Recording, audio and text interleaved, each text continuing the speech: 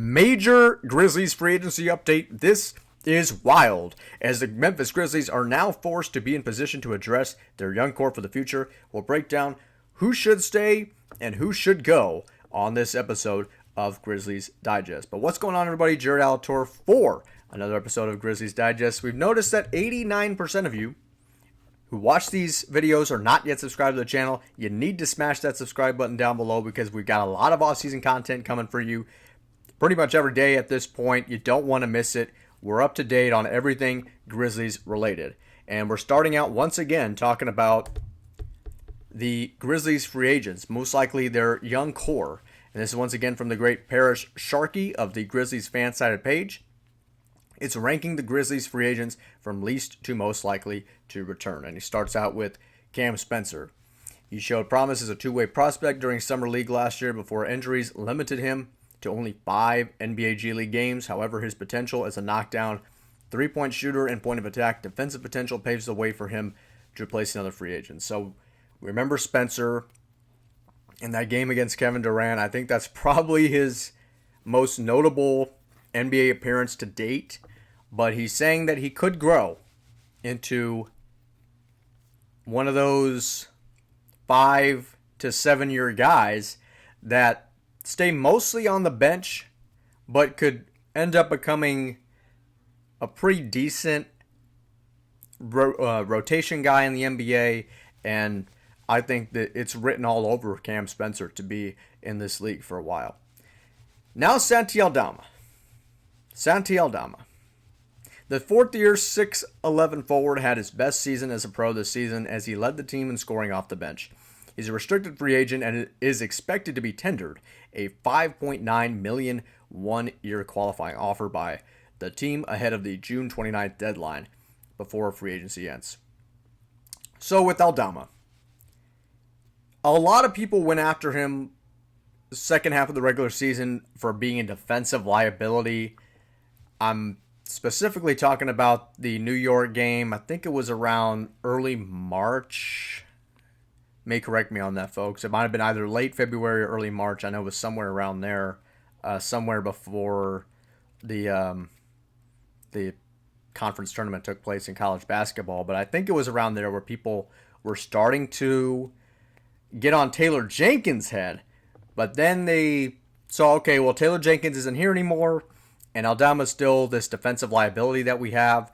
He can score the ball. I think he's an improved scorer. But he also might be one of those guys where he stays on one team, on his first team, for around 6 years. And then the team kind of looks in another direction and go, okay, what can we get for this guy? He looks like an attractive piece to trade for. What can we trade for him? So that's usually, I think he's one of those guys that kind of looks like he can play. I think he can. I think he's got plenty of talent. I think his shooting is getting better. He's putting the ball on the floor more. He looks more confident pretty much every year. I don't really have anything bad to say about Aldama. But I do think he is going to be one of those guys where he's going to be, from now on, just kind of going to be more of a short-term project. I don't think he's going to be in the long term for Memphis. I could be wrong, but I think he's going to be a short-term guy, and it's going to be up to Tuomas and Zach Kleiman to reconvene about his future, I think, pretty much every offseason from now on, just because I don't think he's a long-term guy. I think from here on out, he'll be a short-term guy, and they'll reconvene every offseason to evaluate, to kind of see where he's at. So that's what I think about Santi. I think he'll get a 1-year deal, as we talked about, but is that all that's going to be? And is he going to get traded by the end of the 26th season? Quite possibly, but we'll never know. But that is Santi Aldama. Going into Marvin Bagley III. So the Marcus Smart trade brought back Marvin Bagley III, who only played 12 games for the team despite a need for big depth after the season-ending injury to Brandon Clark, which is obviously very unfortunate. Bagley is unlikely to be re-signed, but there is an upside depending on other moves to potentially retain him at a minimum salary. So If he wants that minimum salary, great, he can stay. Otherwise, it's kind of like, well, it's good to see you, right? So that's what I think is kind of in the future for Bagley. And I think with what Memphis is trying to do this offseason, I don't think it makes much sense to keep him. So I agree. I probably think we will not see Bagley in the Memphis uniform after this offseason. Going into Lamar Stevens now. He says the Grizzlies brought Stevens back mid-season after not retaining him when he finished the 23-24 season with the team. He brought value as a defensive wing off the bench, but the team played John Conchar in the playoffs over him, signaling the end of his Grizzlies tenure. And John Conchar just shined at the perfect moment. He came in, he dished, he got rebounds, he hustled. And I think Conchar is an underrated vocal leader of this team. You know, he's been here for plenty of ups and downs. I like to say more ups than downs, but for Lamar, he's still a young guy.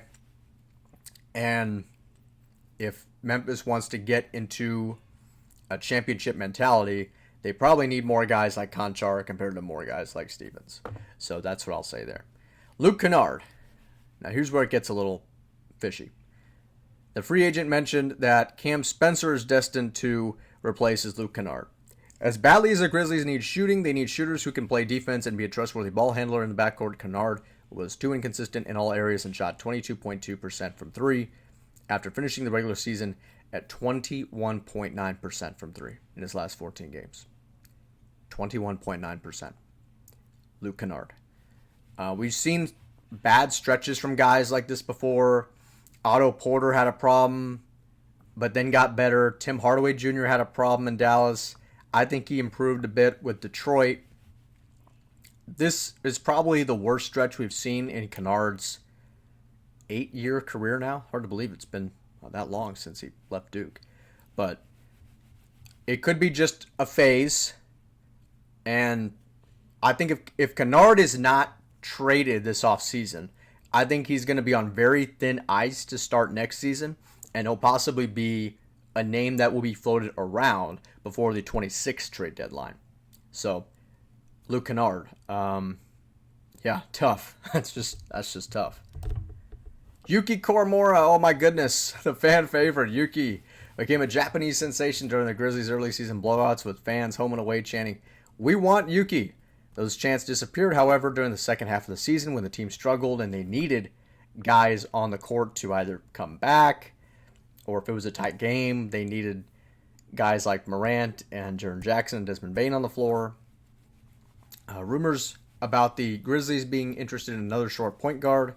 That would be TJ Shorts, who played under head coach Tuamasi Asalo in France and Germany, who put the writing on the wall for Yuki's time with the organization. Yeah, I mean, he's just a fan favorite, right? I mean, fans all around. You know, it's not hard to love someone like Yuki, and he plays hard. I think he's a great passer. I think he's very fast, and he knows the game very well. He's almost like Boban, a guy that you can just relate to. As a guy that wants to relate to us, we relate to them too. So if it was the end for Yuki, we wish him the best. I mean, man, that's tough. Those are always tough when you lose big guys like that. But then going into Gigi Jackson, and this is what we'll close out the video on.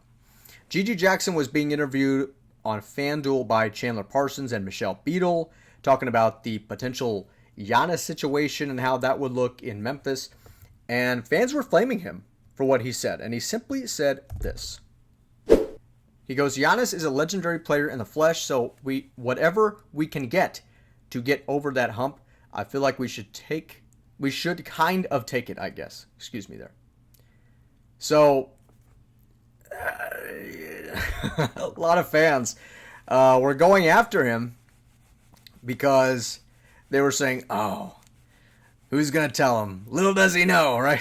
But, you know, he's a 20-year-old kid, okay? And I don't agree with all the fans that are spewing all this negativity toward him. I don't think he deserves it at all.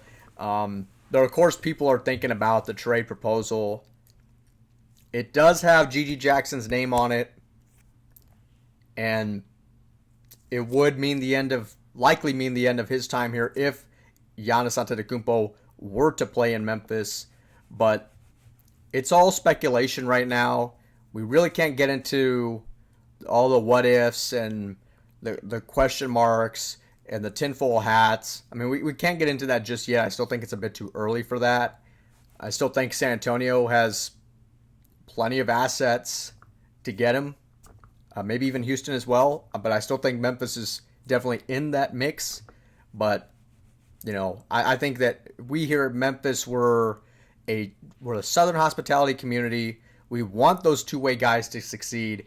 We want Cam Spencer, Yuki, Gigi Jackson, Lamar Stevens. We all want those guys to find a spot somewhere. If it's not in Memphis, we want you to find a home somewhere else. So for all the fans going after Gigi about like who's going to tell him and all that, it's just like, come on, man. Like, we're trying to find the best place for him. And maybe he does stay Grizzly. I don't know. Maybe he does stay with Memphis. But if not, we hope to find another home for him because I do think he has a future. He's a 20-year-old kid, so let's go easy on him. So that sounds good with me. But Jared Alator here for Grizzlies Digest. Thank you so much for watching the video. If you like this video, you can like this video, comment on this video, share this video, leave a comment down below which young guys you'd keep, which young guys you'd let go, and why.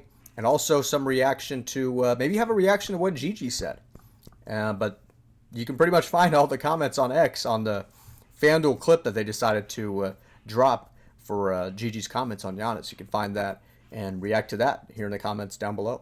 Be sure to hit that subscribe button for more Grizzlies Digest content. We're not stopping anytime soon. We'll get you up to date as soon as possible. Jared Alator saying so long, and of course, peace.